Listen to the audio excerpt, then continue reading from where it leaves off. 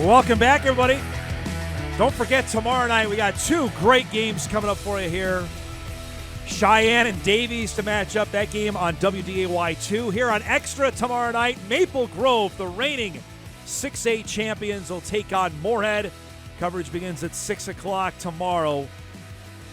You know, we talked about it when we saw the schedule. The Spuds are moving up to 6A. Like, all right, who's going to be on it?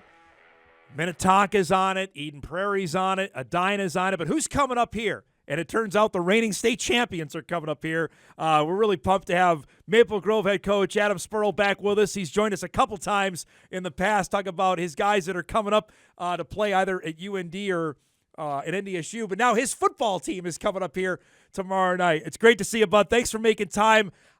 This one's been circled, I know, up here for a while. What about you guys? This is a long bus ride, longest you're going to have.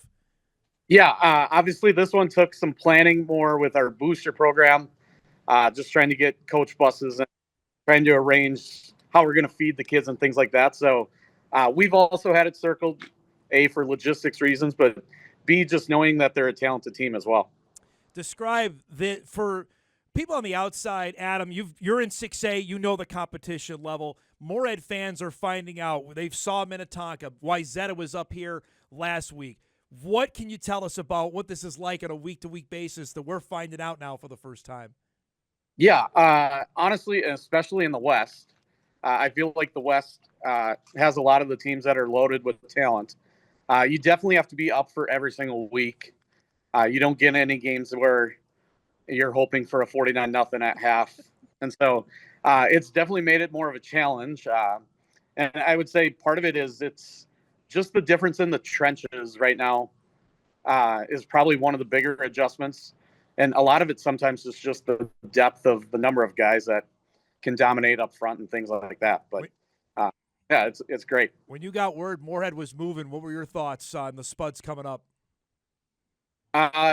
I was excited for it and hoping that we'd get an opportunity to play just because of, again, through the recruiting side of it, knowing how talented of a team they actually are.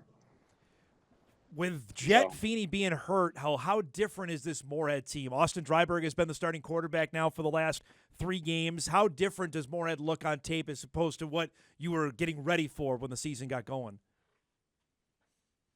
Yeah.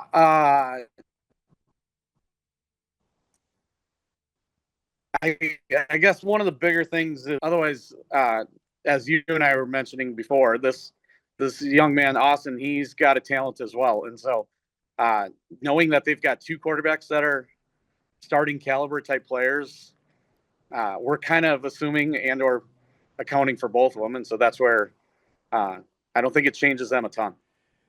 You look at Tay Rich, the kind of talent player he is that obviously the Gophers have offered him, Kansas State has offered him. What kind of tailback is he, and what kind of challenge that provide for your defense tomorrow night? Yeah, he runs hard. He definitely runs downhill, and he looks to be a physical back because he has finished a few runs where it looked like he should have been stopped for 3-4 yards, and he found a way to get 8, 12, even further than that. And it's like, knowing that he has the ability to make break or play big-time play abilities, obviously we got to swarm to him. Your quarterback, for people that follow the recruiting world know, is coming to South Dakota State. Describe Caden as a player and what he's done from last year winning a state championship to have that and then come back this coming season and elevate his play from that. Yeah. Caden, first of all, he's a super heady kid. He's a 4.0 or just about a 4.0 type student. So, and then just his ability to be able to make plays. I would make the argument, since we don't use him as often as some teams probably think he's not athletic, but he's sneaky fast. He's in our top 5 for our speed and our team. And so that's where there's a couple times he's made some breakaway type runs where it's like, we've known about his speed the whole time, but I don't think other teams have. And so, but yeah, he's got a great arm, heady kid, natural leader on the team. And so SCSU is getting a great one. How is that recruitment, Adam, of knowing he was sought after by everybody? How was that overwhelming? I know you guys get recruited all the time, but it's different when it's a quarterback. Can you describe what that was like?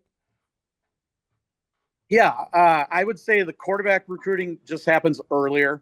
But yeah, otherwise, so this year we have about 6-7 kids that are getting scholarship or have already committed for a scholarship type offer. And so it's knowing how many schools are actually coming through our program, and the fact that a lot of these coaches are waking up right with us at 5:55 in the morning. The recruiting side has been fun, and the coaches obviously appreciate it because they know that the kid will work hard and has a commitment to the weight room and knowing that they're going to try to become the best player. But the quarterback side of it just probably gets sped up earlier than a lot of the other positions. You have another guy that we know that's coming up here, Braden Dozier, defensive back that's going to be playing at North Dakota State next season. Give us the scouting report on him, and for people that are going to go to the game tomorrow night to keep an eye on him. Yeah, Dozier's silky smooth. He's got great hips and has great closing speed, and can be physical when he needs to. And my only problem is teams haven't necessarily challenged him enough yet this year, and so there's times where I watch him and it's like, okay, I get where the fact that you could be bored right now because teams aren't throwing to you. But at the same point, I know he's ready, and that I'm excited for him because he's a young kid that he's going to keep getting better and better and better. Adam, can you describe, knowing full well you guys have the big target on your back, being the state champs, playing in the top level, what kind of pressure that comes with every week of that? Yeah, there is pressure, but at the same point, I would like to make the argument our kids are having fun doing this. So I feel like they can kind of relieve some of that pressure just in the fact of us trying to be us. And so, because last weekend we were in a nut buster where it was 6-7 or 7-6. We were down because of a missed extra point. And all of a sudden, the next thing you know, you could tell that the anxiety was trying to rise. But at halftime, we just calmed them down and said, this is who we are. This is perfectly fine. And just keep playing. And the guys did the second half. And so, but there is a little pressure. Ended up winning by 26 over Edina. So what was the halftime message there? Like I said, honestly, it was just calming them back down to realize, hey, it's okay that it's a 4-quarter game and not a blowout, and just stay our course and keep being us. All right, I want to put you on the spot. For people that don't understand the playoff format up here, can you maybe best describe it? Because I've had people ask me, I'm like, well, you know what? We've got a coach here that lived it, because it's totally different than section football that what Moorhead is used to. It's a 32-team bracket, and everybody makes it, correct? Right. Yeah. To me, I think the best thing that 6A has going on is the fact that it's a 32-team bracket, and we call it the selection day, where our kids even come in and come watch the broadcast actually happen. We bring them to one of our establishments that help sponsor us, and so they all watch it together. Where last year I happened to be on the show, so I didn't get to kids, but at the same point it was kind of cool getting to see it right then and live. But yeah, the best part is Moorhead will get seeded in the West, and then technically from there it goes into one of 4 random brackets. And so no matter what seed you are, the best part about us being a West team is we wouldn't face another West team until the state quarterfinal. And so we can beat each other up all regular season and then hopefully not see each other till the final 8. Yeah, that's fantastic. I followed it from afar. I love that part of it as well, that you're not going to see anybody that you know right away. That makes for a true state tournament, in my opinion. I think the same thing. And obviously Moorhead's kind of the outlier, but otherwise it is the 31 other biggest schools in the metro. And so you have a little familiarity, but at the same point, we don't see the East or we don't see the South very often, but it's cool getting a chance to play some of those teams in an opening round game. And also gets a team to get hot. Like Anoka last year, I think had a losing record going into the tournament and then made it all the way to the semifinals. Yeah. Honestly, though, I think Anoka was like a 3 seed. I think they were maybe 5-3 or 6-2, but they did get hot at the right time, and they played a couple tough teams on their way to that path. And so, but yeah, that's the best part about this bracket is it's not geographical, it's kind of random. So before I let you go, and I really appreciate you doing this, would you say for your team then, yeah, you want to win every Friday night, but you want to get your team going by early October, say, okay, time to start playing our best ball, because then you can get going into the playoffs? Yeah, most certainly. Because we have not played a full 48 minutes yet this whole season. And so knowing that we've beat teams by 2 scores, 3 scores, 5 scores, it's like, all right, I cannot wait until we finally do put a full game together. But we haven't done it yet, and I'm hoping that it's still on our path. I got to ask as well, knowing you've got a bunch of guys playing college football now. Heck, Nathan Ronica, if I'm pronouncing that right, already has a couple touchdowns at UND as a freshman. I mean, just how you got to be over the moon on that, seeing a couple of your former guys already playing. Yeah, so I chatted with Nathan, Chuck, and Michael just on Monday night, and because they're coming down for the game. Nice. Knowing how many NDSU guys and UND, knowing that they're all coming. We got a couple from Moorhead and Concordia Moorhead, and so we're hoping for a great crowd. But we've got players playing all over Minnesota and the Dakotas, and so it's been awesome. We've had a great program for a long time, and it's going to hopefully continue this way. Adam, this was great, bud. Thanks so much for the time today. I really appreciate it. Safe travels up here, and good luck on Friday. We'll talk soon, okay? Yep, appreciate it. Good to see you, bud. There he goes, Adam Spurrell joining us. Maple Grove head football coach. The Crimson and the Spuds coming up tomorrow night, 6 o'clock on WDAY Extra for what should be a dynamite football game. And you go down the laundry list of guys, and he's mentioned it. Dylan Vogel, right? Jacob Robonik, our current NDSU freshmen that are Maple Grove alums.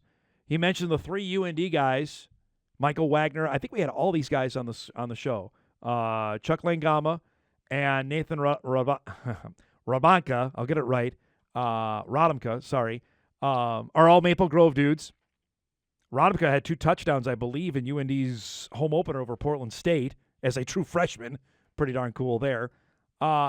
It's a football factory. It's going to be dynamite to watch coming up tomorrow night. And I look at it as well on the playoff part of it, and we'll dive into this more as we get closer to it, because he spelled it out the best way you can. We're so used to section football in Minnesota because that's all we've known for covering around here that, you get to the section tournament, then you've got to win likely 3 games, and then you go to state. That's not how it works in 6A. Everybody makes it.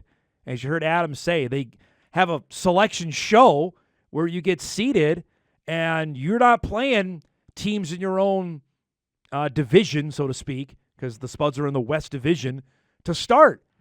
So they wouldn't play a Maple Grove or a Minnetonka or a Dinah or Eden Prairie until basically the 3rd round of the tournament. So you got a chance to get hot, a chance to get Jet Feeney back, and then take your chances.